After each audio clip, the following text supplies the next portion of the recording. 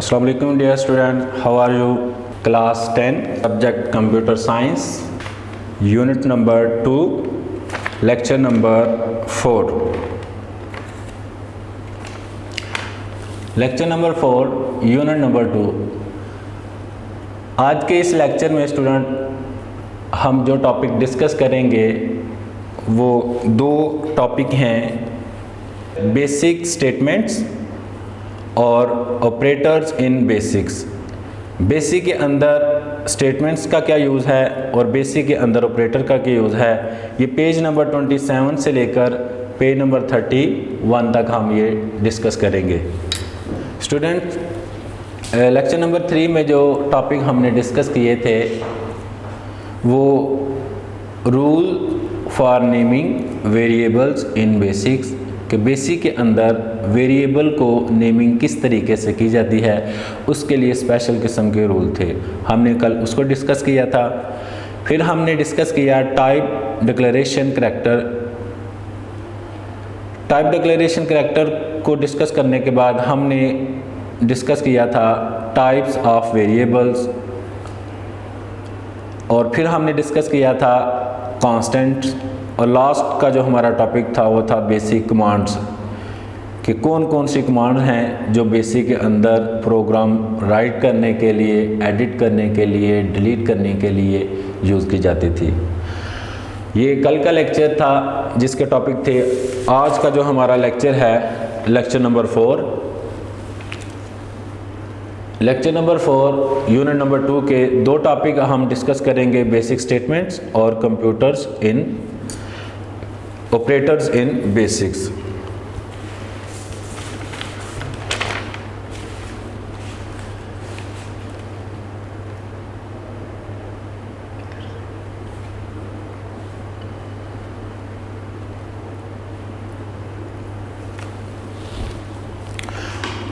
अब हम बात स्टार्ट करते हैं अपने टॉपिक की, बेसिक स्टेटमेंट्स की, कि बेसिक स्टेटमेंट्स क्या होती हैं जीडब्ल्यू बेसिक में। इस यूनिट नंबर 2 जो कि जीडब्ल्यू बेसिक के ऊपर है, इसमें जो कुछ भी पढ़ाया जाएगा, जो कुछ भी हम डिस्कस करेंगे वो जीडब्ल्यू बेसिक के रिलेटेड ही डिस्कस करेंगे, कि जीडब्ल्यू बेसिक प्रोग्रामिंग के अंदर हमें किस किस चीज़ की ज़रूरत होती है और उनको कैसे परफॉर्म कर सकते हैं। अब हमारा टॉपिक है basic statements, article number 2.10 basic statements, कि बेसिक स्टेटमेंट्स कौन सी हैं जो जीडब्ल्यू बेसिक के अंदर प्रोग्राम राइट करने के लिए, एडिट करने के लिए यूज़ की जाती हैं।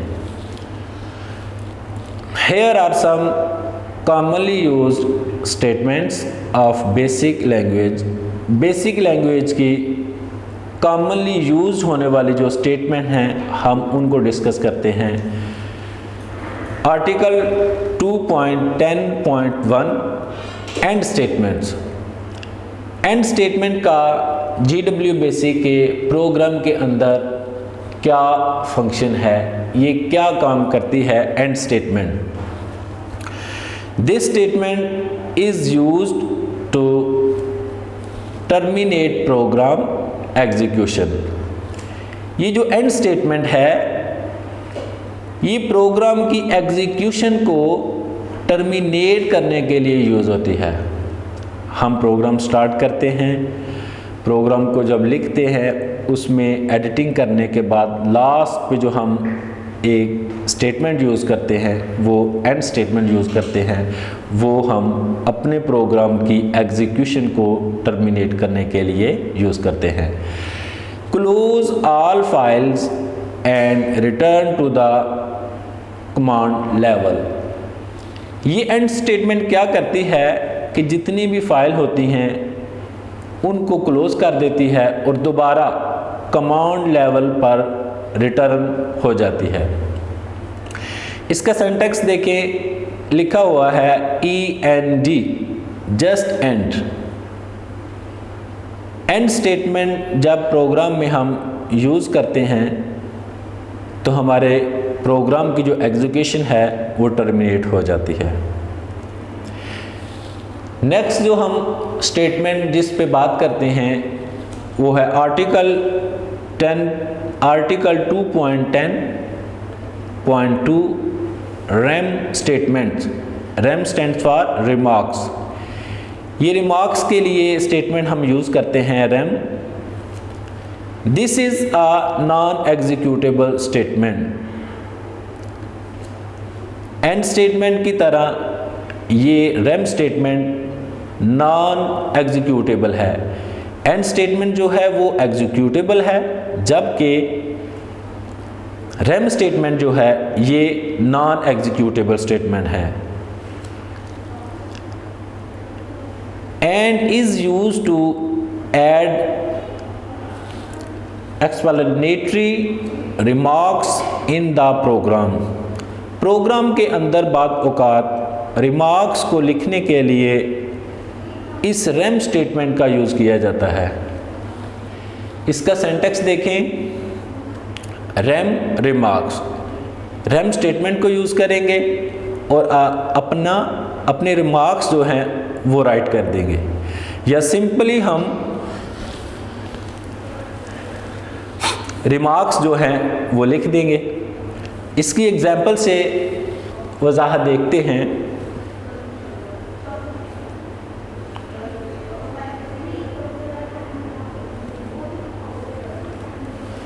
एग्जाम्पल में रिमार्क्स दिखाए गए हैं कि किस तरीके से हम रैम की मदद से प्रोग्राम के अंदर रिमार्क्स ऐड करते हैं। स्टूडेंट यू नो कि GW बेसिक के अंदर जब हम प्रोग्राम राइट करते हैं तो हर लाइन को एक नंबर असाइन होता है। इस प्रोग्राम के अंदर ये लाइन नंबर हैं 10, 20, 30 and so on. By default जो लाइन नंबर है वो 10 से स्टार्ट होता है और हर लाइन में जो इंक्रीमेंट होता है वो भी 10 का होता है। पहली जो लाइन हमारी होगी वो 10 से स्टार्ट होगी 10, और नेक्स्ट जो लाइन है 10 का इंक्रीमेंट लेकर वो 20 लाइन बन जाएगी।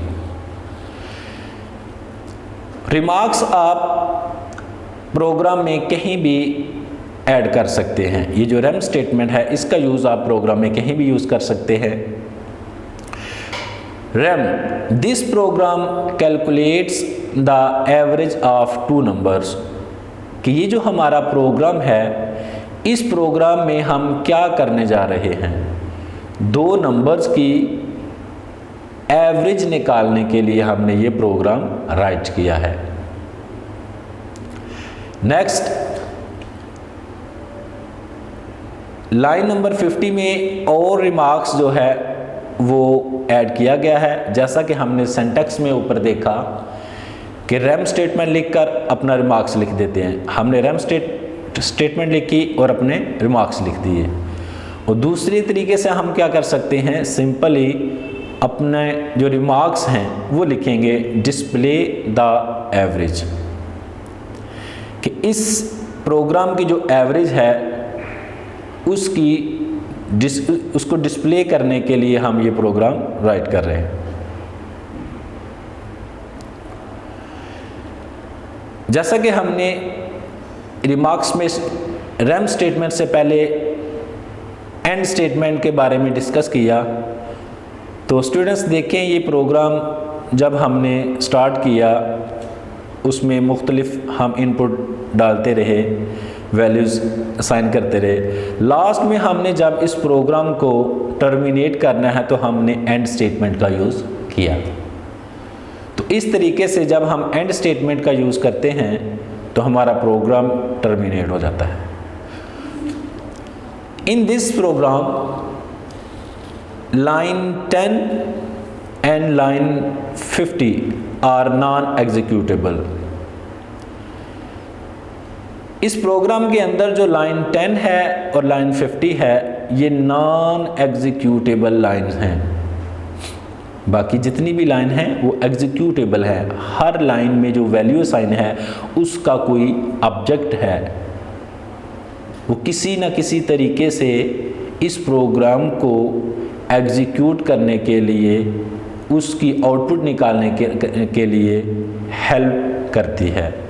जबकि लाइन नंबर 10 और लाइन नंबर 50 ये नॉन एग्जीक्यूटेबल फाइल्स हैं, लाइंस हैं। The basic interpreter does nothing to these lines.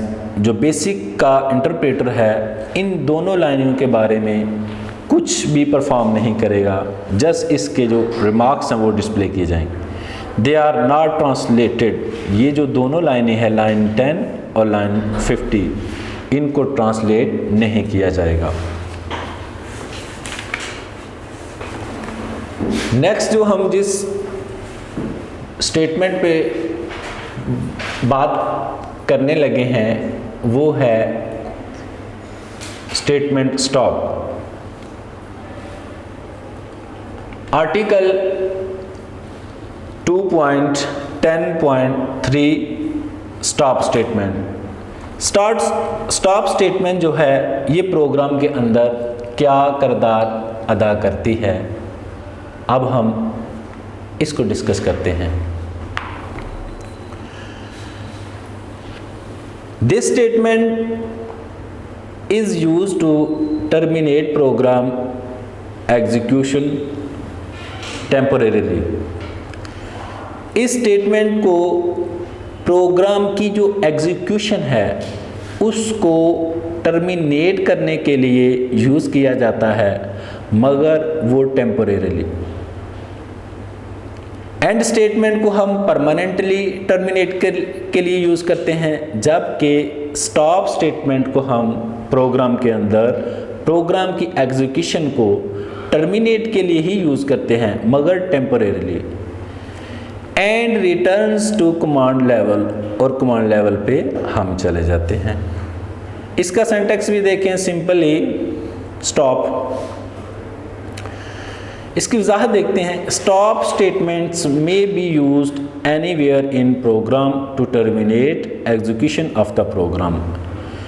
Programme की एग्जीक्यूशन को टर्मिनेट करने के लिए, कुछ टाइम के लिए स्टॉप करने के लिए हम इस स्टॉप स्टेटमेंट को प्रोग्राम के अंदर कहीं भी, इन एनीवेयर, प्रोग्राम के अंदर कहीं भी यूज़ कर सकते हैं। इसके लिए कोई रिस्ट्रिक्शन नहीं है कि हम इस स्टेटमेंट को प्रोग्राम स्टार्ट होने से पहले लिखें या स्टार्ट होने के बाद लिखें या दरमियान में लिखें, आपकी मर्ज़ी है। प्रोग्राम के अंदर कहीं भी इस स्टेटमेंट का यूज़ कर सकते हैं। इसकी हम एक एग्जांपल भी देखते हैं प्रोग्राम की मदद से। When a stop statement is encountered in the program, the following message is printed। जैसे ही आप स्टॉप स्टेटमेंट को यूज़ करेंगे प्रोग्राम के अंदर, तो एक मैसेज जो है वो शो होगा। वो मैसेज होगा ब्रेक इन लाइन नंबर, कि उस लाइन के अंदर जो लाइन आप मेंशन करेंगे, आपको पहले भी बताया है स्टूडेंट, GW बेसिक के अंदर जो प्रोग्राम आप राइट करते हैं तो हर लाइन को एक नंबर असाइन होता है। जिस लाइन पे आप स्टॉप स्टेटमेंट को यूज़ करना चाहते हैं उसका नंबर देंगे, और इसका मतलब है कि यहाँ ब्रेक हुई है। Unlike the end statement, the stop statement does not close files. And statement की तरह ये जो स्टॉप स्टेटमेंट है ये तमाम फाइल को क्लोज नहीं करती, कुछ अरसे के लिए, कुछ टाइम के लिए सिर्फ स्टॉप करती है और बाद में दोबारा उसको एग्जीक्यूट करने की भी हेल्प करती है। GW basic always return to command level after a stop is executed. Stop statement के बाद GW बेसिक जो है वो हमेशा के लिए कमांड लाइन की तरफ चली जाती है एग्जीक्यूशन के लिए, उस प्रोग्राम को एग्जीक्यूट करने के लिए कमांड लाइन की तरफ रिटर्न हो जाती है। Execution is resumed bye issuing a count command. एक कमांड टाइप की जाती है उस प्रोग्राम को रिज्यूम करने के लिए, कमांड को हम काउंट कहते हैं, यानी कंटिन्यू। अब हम उस अपने प्रोग्राम को कंटिन्यू करना चाहते हैं तो काउंट कमांड को यूज़ करेंगे। इस प्रोग्राम को देखें, इसमें इस स्टेटमेंट की वजाहत की गई है। ये हमारे पास एक प्रोग्राम लिखा है, इसके अंदर हमने लाइन नंबर 30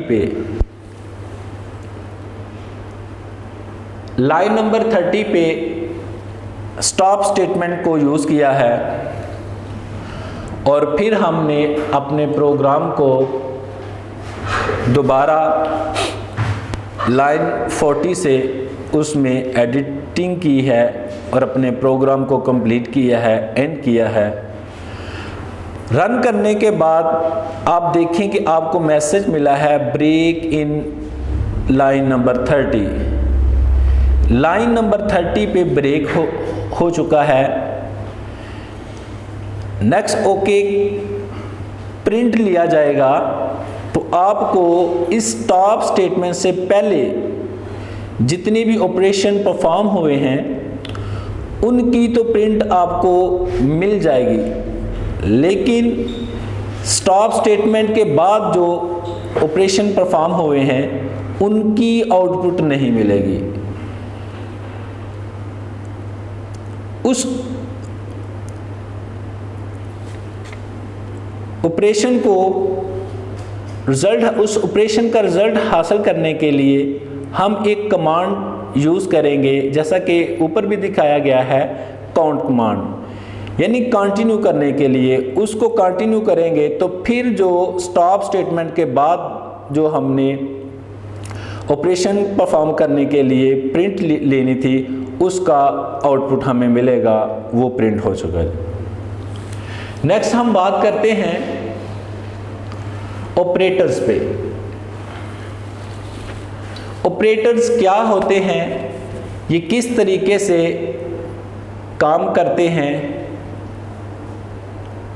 हर ऑपरेटर का एक अपना ऑब्जेक्ट होता है कि वो किस मेथड से GWBasic के अंदर वर्क करता है।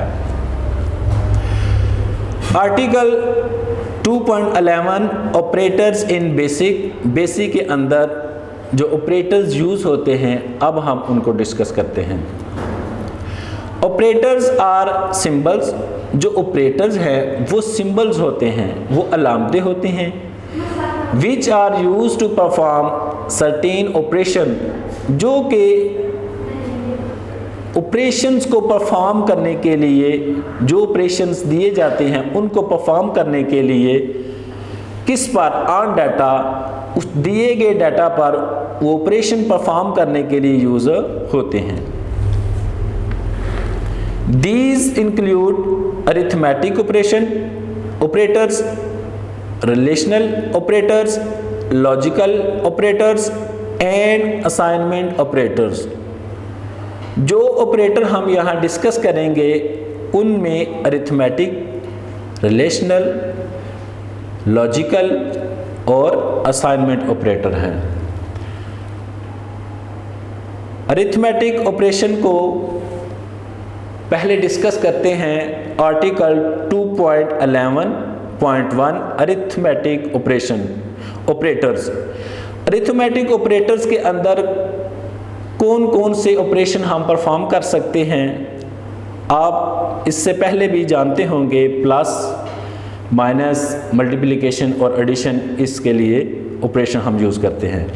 Arithmetic operators are use to perform arithmetic operation, कि जो अरिथमेटिक ऑपरेटर है अरिथमेटिक ऑपरेशन को परफॉर्म करने के लिए यूज़ किए जाते हैं। जो अरिथमेटिक ऑपरेशन हैं वो क्या करते हैं, ऑन द वैल्यूज़, उन वैल्यूज़ पर और उन नंबर्स पर ऑपरेशन परफॉर्म किए जाते हैं। The GWBasic defines the following standard arithmetic operator. GWBasic के अंदर जो स्टैंडर्ड अरिथमेटिक ऑपरेटर्स यूज़ किए जाते हैं वो ये हैं। ऑपरेटर का सिंबल्स, अलजेब्रिक एक्सप्रेशन क्या बनती है और बेसिक के अंदर एक्सप्रेशन क्या बनती है। एडिशन, ये इसका साइन है प्लस का, ये इसकी एक्सप्रेशन है a प्लस बी, इसी तरह बेसिक के अंदर यूज किया जाएगा a प्लस बी। सब्ट्रैक्शन, ये माइनस का जो साइन है इसकी एक्सप्रेशन बनेगी a माइनस बी, इसी तरह बेसिक के अंदर यूज करेंगे a माइनस बी। नेक्स्ट जो ऑपरेटर है जो बेसिक के अंदर हम यूज करते हैं,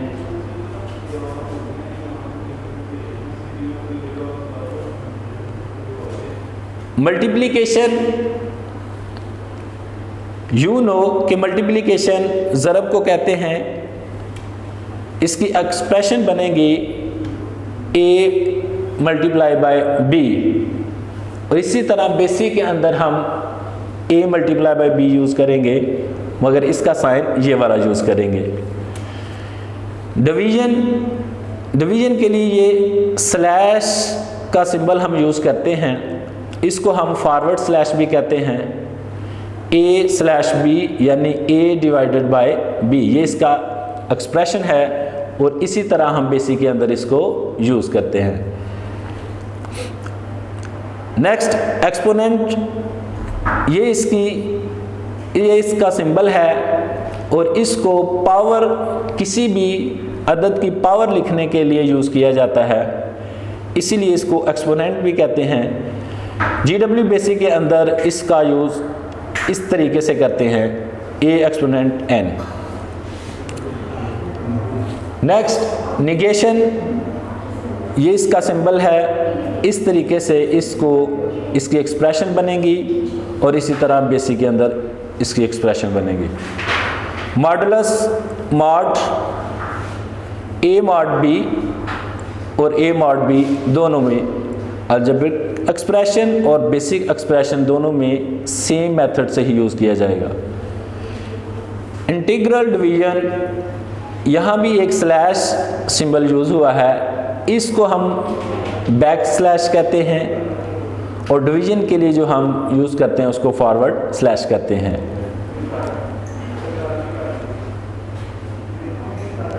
ये इसकी एक्सप्रेशन अलजेब्रिक है, और ये इसकी बेसिक एक्सप्रेशन है।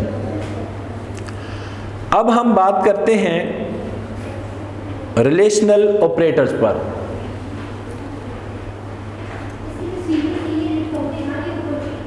रिलेशनल ऑपरेटर्स क्या होते हैं, ये किस तरीके से वर्क करते हैं। Relational operators are used to compare two values. दो वैल्यूज़ को कंपेयर करने के लिए हम जो ऑपरेटर्स यूज़ करते हैं उनको रिलेशनल ऑपरेटर्स कहा जाता है। These operators always evaluates to true और फॉल्स। हमेशा के लिए ये जो ऑपरेटर्स हैं इनकी दो वैल्यू हो सकती है, या तो ट्रू होगी या फॉल्स होगी। They always produce a non zero values. हमेशा के लिए नॉन ज़ीरो वैल्यूज़ प्रोड्यूस की जाएगी। इन मोस्ट केसेस वन, ज़्यादातर जो वैल्यू प्रोड्यूस की जाएगी वो वन होती है। और इस वन का क्या मतलब है कि आपकी जो वैल्यू है वो ट्रू है। If the relational expression evaluates to true, जब हमारी रिलेशनल एक्सप्रेशन की वैल्यू ट्रू होगी तो उसकी वैल्यू जो हमें मिलेगी वो वन मिलेगी। जब हमारे पास वैल्यू वन आ जाएगी तो इसका मतलब ये है कि हमारी रिलेशनल एक्सप्रेशन जो है उसका जो आंसर है वो क्या है, वो ट्रू है। इसी तरह or a zero value if the relational expression evaluate to false. अगर हमारे पास वैल्यू ज़ीरो आएगी तो इसका मतलब है कि हमारा जो रिलेशनल एक्सप्रेशन है उसका आंसर फॉल्स है। ये दो रिजल्ट ही, ये दो आंसर ही आएंगे, या तो वैल्यू ट्रू होगी या फॉल्स होगी। ट्रू कब होगी? जब हमारे पास वैल्यू 1 आएगी तो हमारा आंसर ट्रू होगा, जब हमारे पास वैल्यू 0 आएगी तो हमारा आंसर फॉल्स होगा। In basic, suppose A, B and C are 3 integer, 3 integer लिए गए हैं, इंटीजर वेरिएबल, 3 इंटीजर वेरिएबल लिए गए हैं जिनकी values they having values 123,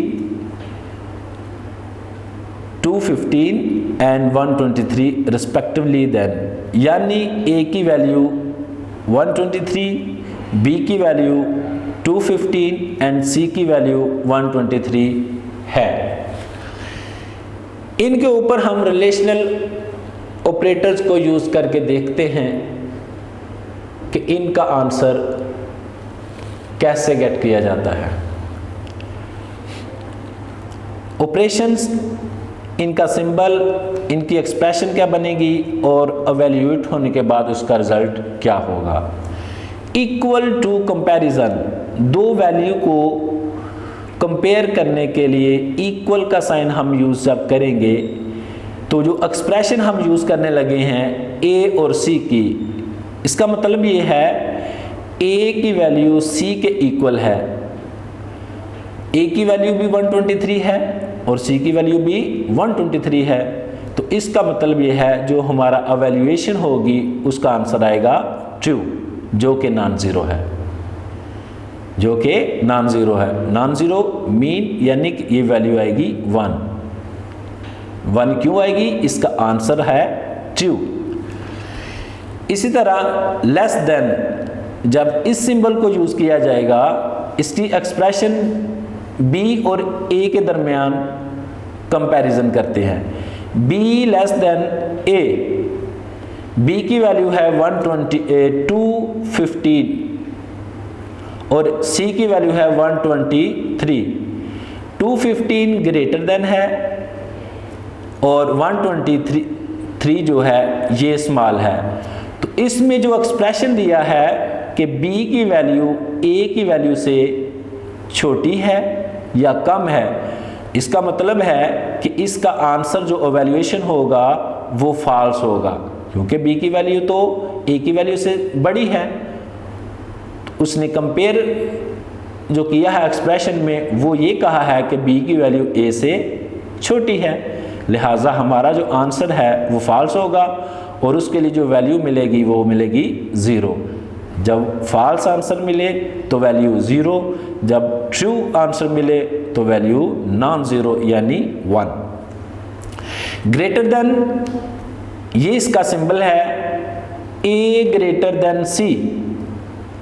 a की वैल्यू भी 123 है और c की वैल्यू भी 123 है, दोनों को वैल्यू तो बराबर है, मगर इस एक्सप्रेशन में ये कहा जा रहा है कि a की वैल्यू c की वैल्यू से बड़ी है, लिहाजा ये बात गलत हुई और आंसर है फॉल्स, जो कि होगा 0। Next, less than or equal to, less than or equal to ये सिंबल है, इसको कंपेयर करते हैं a और b के दरमियान। a जो है ये लेस देन है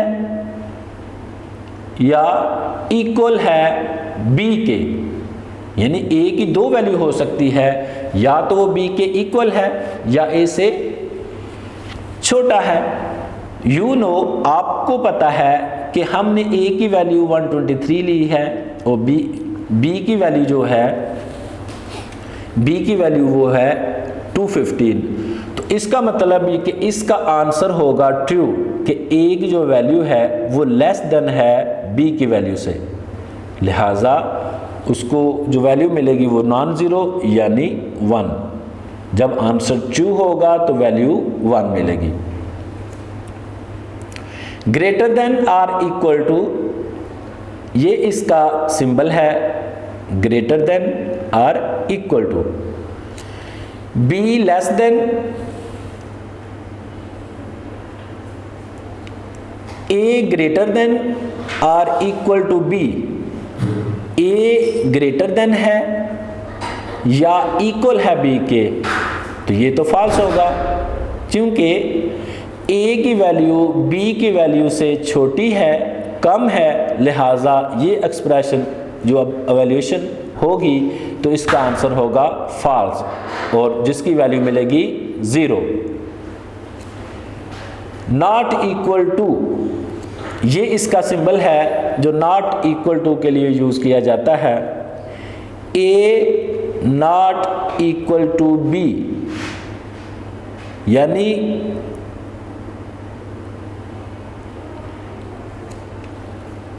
ए की वैल्यू बी की वैल्यू के बराबर नहीं है, तो ए की वैल्यू जो है 123 है, बी की वैल्यू 215 है।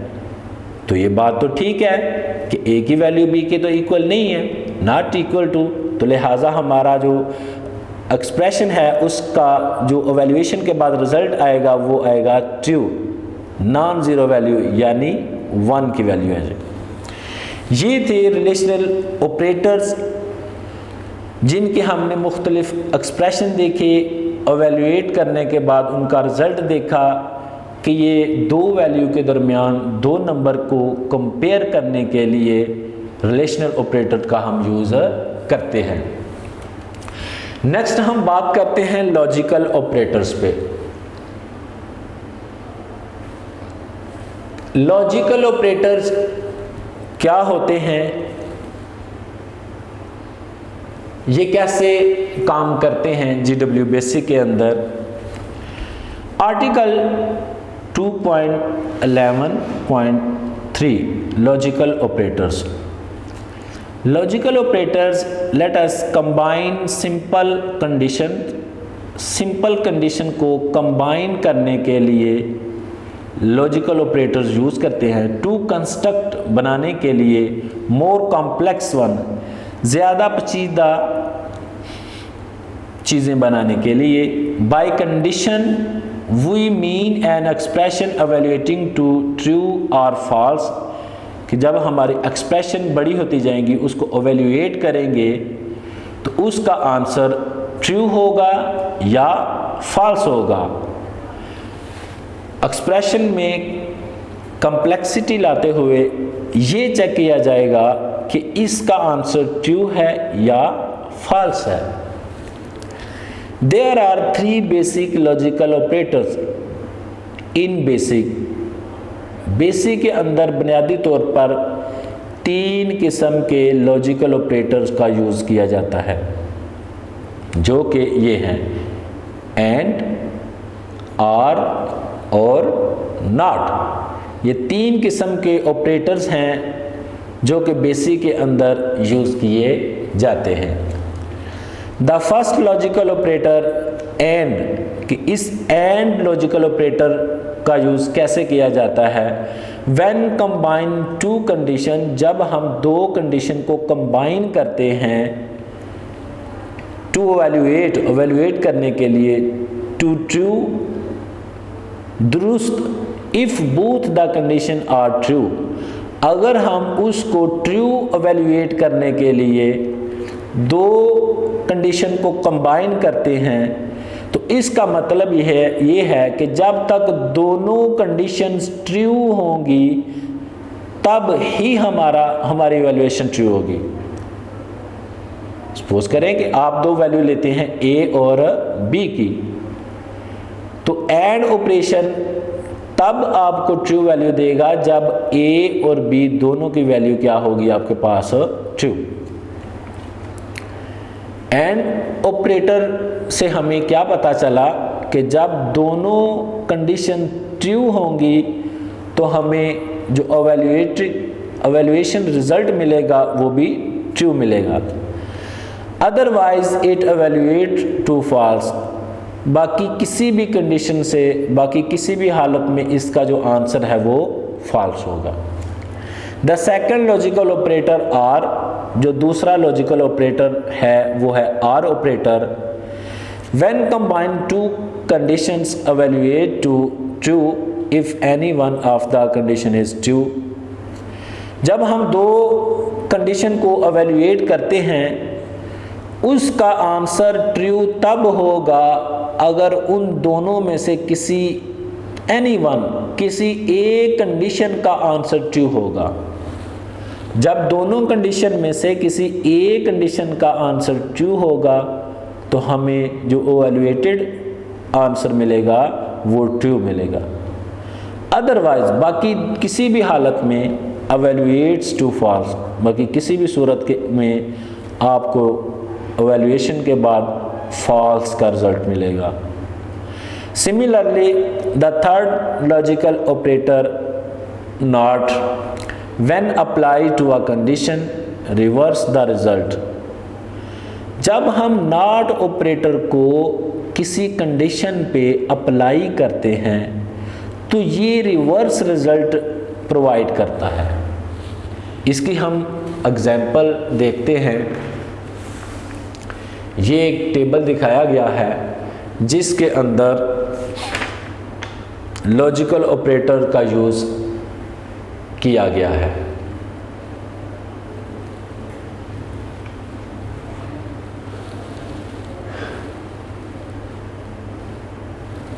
ये लॉजिकल ऑपरेटर्स हैं, ये इनकी वैल्यू ली गई हैं। दो वैल्यू हम लेंगे, एक x की वैल्यू लेंगे और एक y की, और फिर रिजल्ट। सबसे पहले हम डिस्कस करते हैं जी नॉट ऑपरेटर को। नॉट ऑपरेटर के लिए हमें सिर्फ एक ही वैल्यू यानी x की ही वैल्यू लेनी होगी। जो वैल्यू होगी उसका रिवर्स जो है वो हमें रिजल्ट मिलेगा।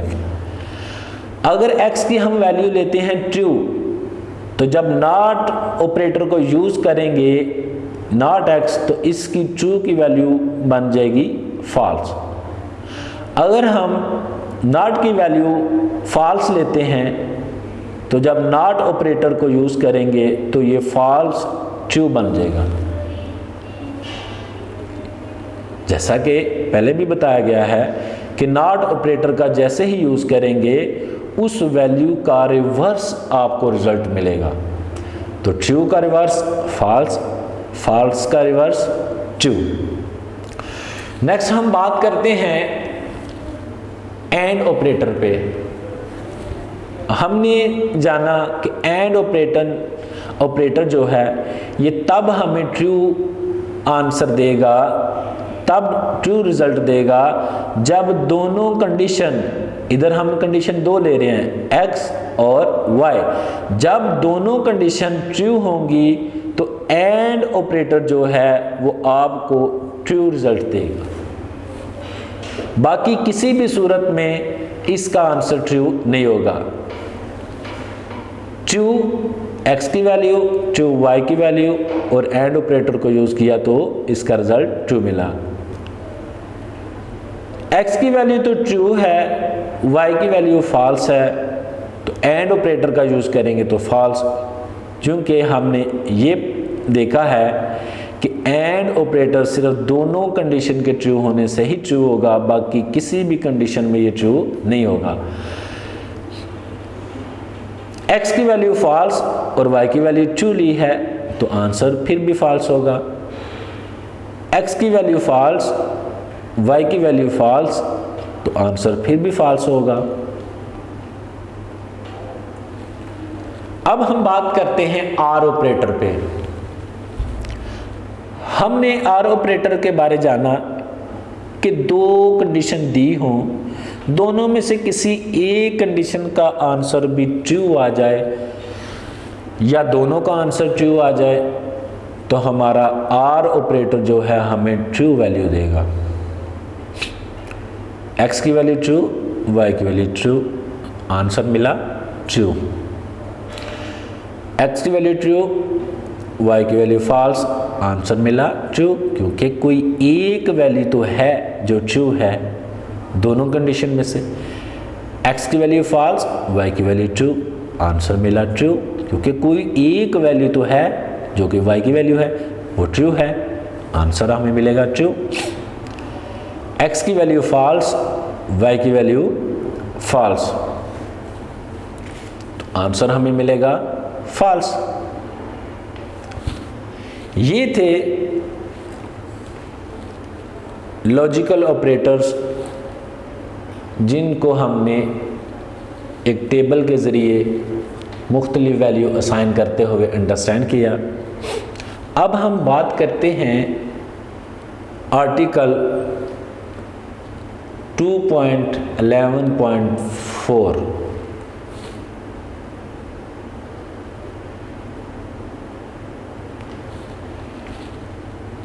कनकैटिनेशन ऑपरेटर्स। अब हम बात करने लगे हैं कनकैटिनेशन ऑपरेटर्स पे कि ये किस तरीके से वर्क करते हैं। आइए, all relational operators can be used with string to perform comparison. जितने भी रिलेशनल ऑपरेटर्स हैं उनको स्ट्रिंग के साथ यूज़ किया जा सकता है परफॉर्म करने के लिए कंपैरिजन को परफॉर्म करने के लिए तमाम जो रिलेशनल ऑपरेटर हैं उनका यूज़ स्ट्रिंग में किया जा सकता है। In addition to relational operators another operation called string concatenation can also be applied to string constant and variables. String concatenation को स्ट्रिंग कांस्टेंट और स्ट्रिंग वेरिएबल पर भी यूज़ किया जा सकता है।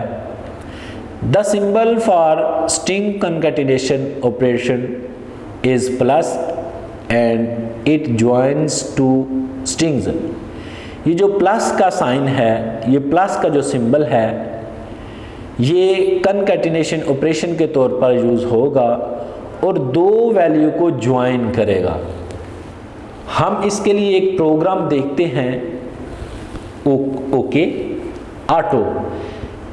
ओके ऑटो के बारे में हम इस चैप्टर के स्टार्ट में डिटेल से बात कर चुके हैं कि जब भी हम GW बेसिक के अंदर प्रोग्राम राइट करेंगे तो हमें पहला जो मैसेज शो होगा वो ओके का शो होगा।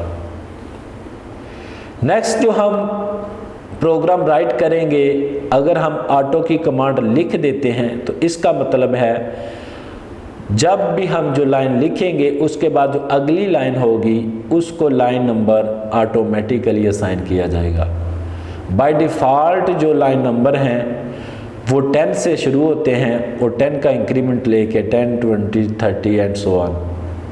अगर हम ऑटो कमांड का यूज़ नहीं करते तो ये 10 हमें खुद लिखना पड़ेगा। लाइन नंबर ये जो 10 है ये पहली लाइन होगी, फिर 20, 30 ये जितने भी लाइन के नंबर होंगे 10 का इंक्रीमेंट देकर हमें खुद लिखना पड़ेगा। इंक्रीमेंट हम खुद भी चेंज कर सकते हैं, 10 के अलावा और भी हमारे इंक्रीमेंट हो सकते हैं, क्योंकि बाय डिफ़ॉल्ट जो है वो 10 का इंक्रीमेंट होता है और बाय डिफ़ॉल्ट जो लाइन है वो 10 से स्टार्ट होती है। दो वैल्यू हैं, एक की वैल्यू है जो ए को वैल्यू असाइन की गई है पंजाब टेक्स्ट, बी को जो वैल्यू असाइन की गई है वो बुक बोर्ड। अब हम कंकैटिनेशन ऑपरेटर को यूज़ करते हुए इस रिज़ल्ट को कंबाइन करेंगे, ज्वाइन करेंगे। प्रिंट करना है ए कंकैटिनेशन बी, यानी ए और बी की जो वैल्यू है उसको ज्वाइन करके हमें रिज़ल्ट दिया जाए। प्रोग्राम को टर्मिनेट करने के लिए एंड कमांड का यूज़ किया। ओके, जब हम रन करेंगे, जैसे ही रन करेंगे तो हमें इस प्रोग्राम का जो रिज़ल्ट है, आउटपुट है, वो मिलता है पंजाब टेक्स्ट बुक बोर्ड। देखें, ये पंजाब टेक्स्ट जो है ये अलग ए की वैल्यू थी, बुक बोर्ड जो था ये अलग बी की वैल्यू थी। जैसे ही हमने कंकैटिनेशन ऑपरेटर यूज़ किया जो कि प्लस है, तो हमारी जो रिज़ल्ट है रन होने के बाद वो Punjab text book board join होके हमें मिला। अब हम जिस ऑपरेटर पे बात करने लगे हैं वो है असाइनमेंट ऑपरेटर। असाइनमेंट ऑपरेटर के बारे में आप पहले भी जानते होंगे, अब हम इसका यूज़ देखते हैं। Article 2.11.5 assignment operator. The assignment operator is used to store a value. Assignment operator को वैल्यू स्टोर करने के लिए यूज़ किया जाता है, वैल्यू को स्टोर करने के लिए। String or computational result in a variable, जो कि स्ट्रिंग भी हो सकता है और कंप्यूटेशनल रिजल्ट वेरिएबल में होगा। इन बेसिक के अंदर द सिंबल, ये इक्वल का साइन जो है, the symbol equal represent the operator. Variable का नेम, उसको कोई एक्सप्रेशन असाइन होगी, कोई वैल्यू असाइन होगी। वेरिएबल नेम इक्वल एक्सप्रेशन,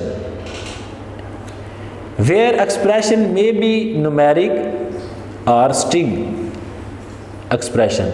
ये जो एक्सप्रेशन है ये स्ट्रिंग भी हो सकती है और न्यूमेरिक भी हो सकती है।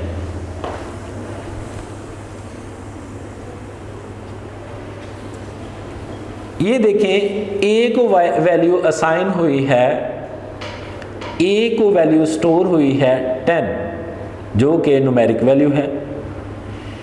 $, Equal to hello, string value $, को असाइन हुई है। इन दोनों एग्जाम्पल से हमें पता चला कि जो असाइनमेंट ऑपरेटर हैं ये वैल्यू को स्टोर करने के लिए, वैल्यू असाइन करने के लिए यूज़र किए जाते हैं। ए को जो वैल्यू असाइन हुई है या एक ए में जो वैल्यू स्टोर हुई है वो 10 और $, को वैल्यू असाइन हुई है हेलो। नेक्स्ट हम बात करते हैं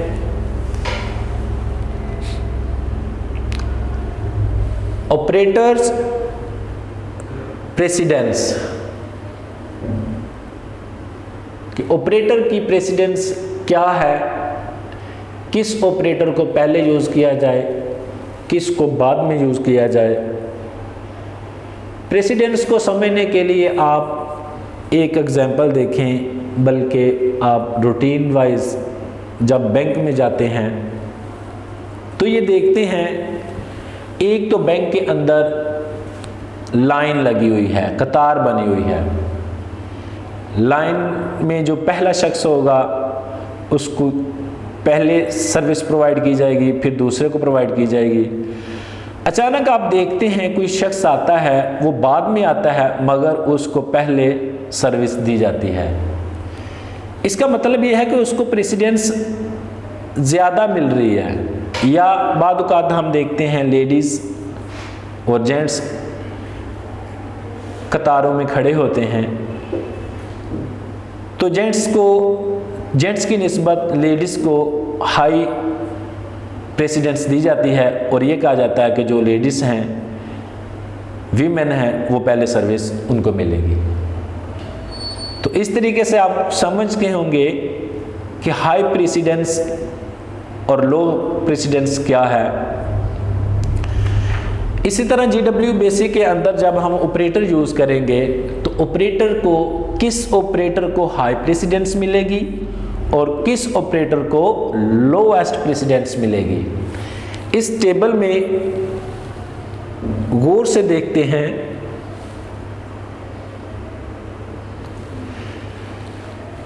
An operator's precedence determines its order of evaluation in an expression, कि उस ऑपरेटर की प्रेसिडेंस से ये मुराद है कि उसकी जो एवेल्यूएशन है, उसकी एक्सप्रेशन की जो एवेल्यूएशन है किस ऑर्डर से की जाएगी। हाईएस्ट प्रेसिडेंस अगर मिले तो पहले की जाएगी, लोएस्ट प्रेसिडेंस मिले तो बाद में की जाएगी।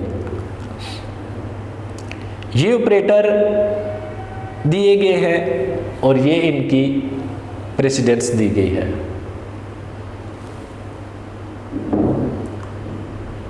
सबसे हाईएस्ट प्रेसिडेंस जिसको मिलती है वो स्मॉल ब्रेसेस हैं। नेक्स्ट,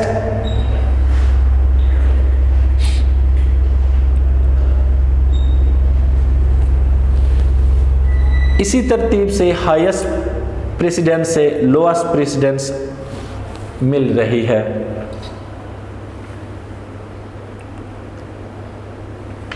नेक्स्ट जो प्रेसिडेंस हाई मिली है वो एक्सपोनेंट ऑपरेटर है जिसको हाईएस्ट प्रेसिडेंस है। उसके बाद negation, multiplication, division, mod, plus minus, relational, equal, not equal, less than or equal, greater than or equal, not and or, और असाइनमेंट ऑपरेटर। असाइनमेंट ऑपरेटर को सबसे कम प्रेसिडेंस दी जाती है। जितने भी ऑपरेटर्स हैं उनके ऑपरेशंस परफॉर्म किए जाते हैं, बाद में असाइनमेंट ऑपरेटर को यूज़ किया जाता है। आज के लेक्चर में हमने लेक्चर नंबर 4 में हमने जो टॉपिक कवर किए वो 2 टॉपिक कवर किए हैं। बेसिक स्टेटमेंट्स पे हमने बात की और ऑपरेटर्स इन बेसिक्स कि बेसिक के अंदर जो ऑपरेटर्स हैं हमने उस पे बात की। इस लेक्चर की जो समरी है वो ये 2 टॉपिक हैं।